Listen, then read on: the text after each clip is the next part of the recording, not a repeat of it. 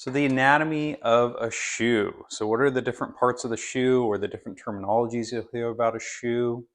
The most common is going to be the toe kick, which not all shoes have, but most running shoes will have that. So that's the amount of upward slope in the front of the shoe. So shoes that have a toe kick is typically because they're stiff and so the toes can't actually bend because the sole is too thick. So that will compensate and allow for that rocking through motion. Something like a barefoot shoe is going to be flat. They're not really going to have a toe kick because they're flexible enough to bend through the toes. Stack height is the amount of cushion, so how much is separating your foot from the floor. So the more stack height, typically the more cushion. So something like the Reebok or a running shoe is going to have a lot more cushion. Most cross-training shoes will have cushion, but usually a little bit more minimal because you want stability for when you're lifting weights.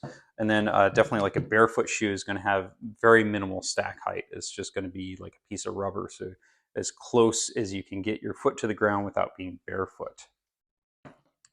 The heel drop, so that's going to refer to the difference between the amount of cushion underneath the heel versus the toe. So the more heel drop you have, the more elevated the heel is in relation to your toes. So why would you want that? So most running shoes are going to have heel drop. A lot of CrossFit shoes will. For lifting, a true lifting shoe will have a heel on it. So that elevated heel position helps you if you have poor ankle mobility. So it definitely helps you out in things like the squat. So if your ankle doesn't move well, the tibia or the lower leg will be restricted. So when you're squatting, it can't get over your toe as far as it can.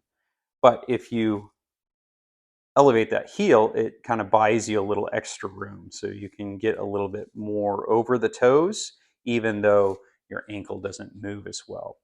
So for CrossFit, for lifting weights, definitely things like deadlifts or single leg lifts, you want a zero drop shoe. That's going to put you in the most natural foot position.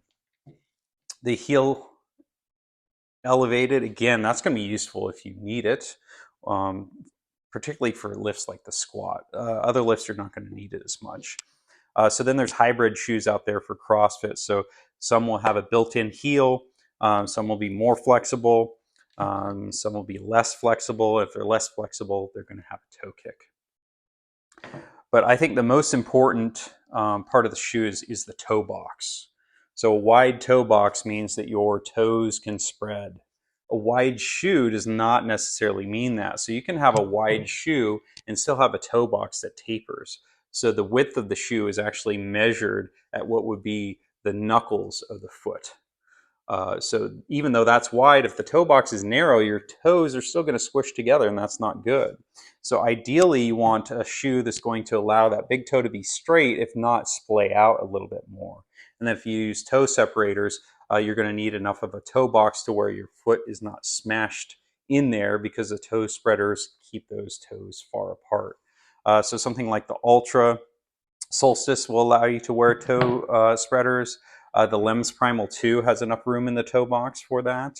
The Zero has a good toe box, but I find it's a little bit too slim for using toe spreaders.